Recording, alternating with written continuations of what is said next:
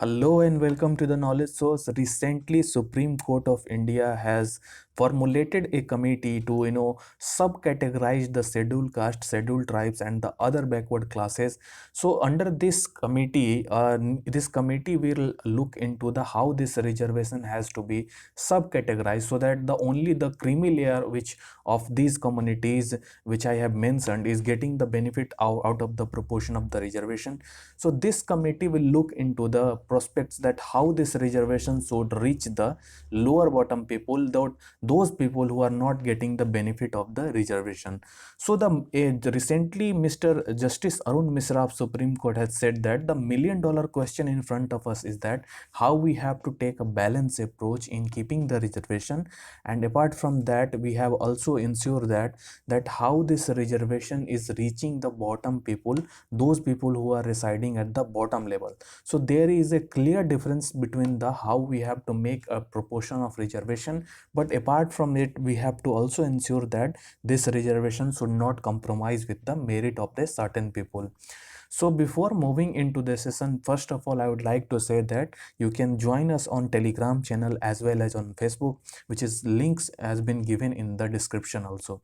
So in January 2021, recently a center has extended the tenure of the commission which was formulated on the September 2020 to look into the subcategorization of the other backward classes, which is headed by the Justice G Rohini. So in this committee, what will it will do is it will inquire the status of subcategorization of the scheduled caste, scheduled tribes, and the other backward classes. So mind you, this committee was formulated on the September 2020 to look into the prospects of the reservation and how this reservation is valued in the present context, and this reservation should reach the lower strata people. So under this, if you know that 27% reservation has already been given to the other backward classes, and this commission will is which is being appointed will come under the Article 340. So this commission has to submit its report basically in 12 months, 12 weeks. But this committee has this tenure has been extended according to the due to the pandemic situation which is prevailing. And under this committee will look specifically that how this privatization and how this reservation benefits should equally distributed among different peoples of the this category of the castes. So if you know the history of this subcategorization, if you know the Indra Swani case in the 1992, in which Supreme Court has held that scheduled caste and scheduled tribes are the most backward among the backward classes. So it was realized by the Supreme Court, and after that Supreme Court has said that the presidential list under Article 341 and 344 342, there is no question of showing their backwardness. So the basic idea of formulating the policies of regarding related to the scheduled caste or a scheduled tribes or the other backward classes, that there was no any hard and fast rule that how we can categorize those people which falls under the reservation criteria.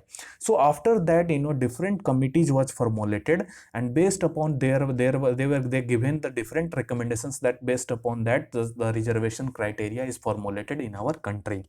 So in 2016, in Mr. N. Nagaraja case, Supreme Court held that the quota benefit should reach the weakest of the weak, and should not be confined only to the those creamy layer people who is getting the maximum benefit of the reservation.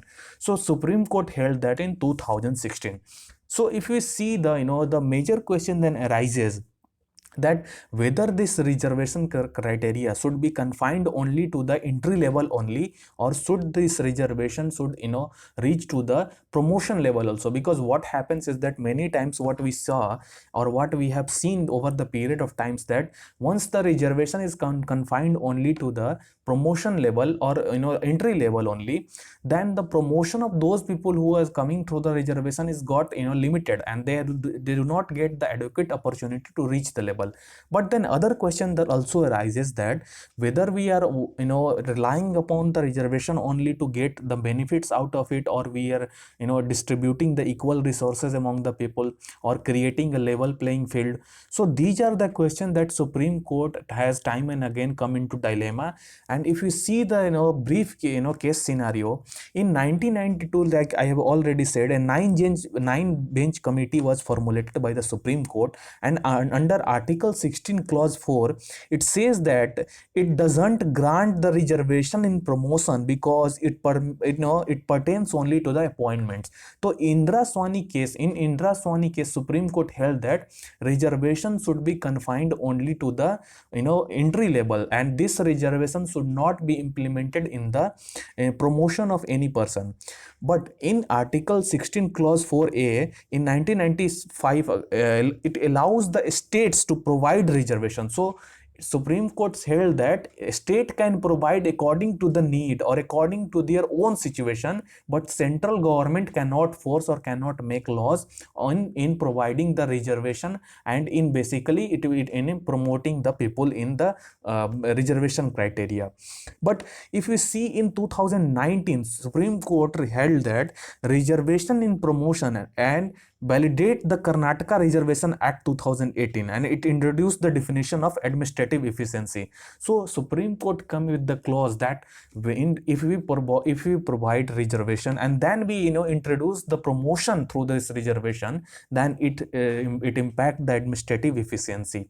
And in 2020, Supreme Court also said that there is a no fundamental right which can enforce to provide promotion in the reservation to any people. So if you analyze all these major acts and major decisions which was taken by the Supreme Court, you can finalize that Supreme Court is somehow maintaining a delicacy and taking a balanced approach between providing the reservation to the entry level and providing the reservation to the promotion of a certain people.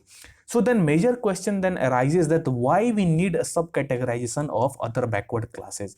So if we know that 27% of the reservation is being provided in the jobs and the education under the central government, but if we see see through the data, if we analyze, around 2,600 people are different caste has been given the reservation under the OBC. But if we see this through this data, this subcategorization or creating a categories within the OBC as a reservation, this has not led to the equal distribution of representation among the OBC. So first of all, we need a equal distribution of resources among the people. So these are the lacking things which has forced the government of India or the Supreme Court to finalize or to categorize the subcategorization of other backward classes. So we are thinking about providing reservation within the reservations. Are you getting the point? Then if we see the subcategorization can be used to appease the local benefits or to appease the political scenario to get the benefits. So these are also things some different political parties are playing with the fire also, I would say. So if we see the findings of the commission, different committees was formulated till date. If we see till 2018, different committees were formulated to see the subcategorization of different castes. So in around 1.38 lakh central government's jobs and administration to central higher education institution got the benefit from the reservation. And if we see, around 24.5% of these jobs given to the through the reservation, only 10 OBC community comes under the benefits of this reservation criteria. So you are getting a point. Around 10 OBC community which is dominant are holding the chunk of the reservation which is being given by the Supreme Court's order. And after in 1979, around 97% of all the jobs of educational seats has gone to the 25% of the subcaste classified under OBC. So majority, what I'm trying to say is that majority majority of the OBC communities which are creamy layer, which have the better financial condition as compared to those people who are residing at the bottom, they are getting the maximum benefits of the reservation. And those people who really need reservation, these reservation benefits are not reaching to them. So that is why this committee was formulated, and based upon we are expecting that this committee will come up with different plans and how this reservation has to be subcategorized so that this reservation benefit should reach the really needy people. So I really hope you have understood my this session, and you got our point. So that's it for today. Thank you as always for joining.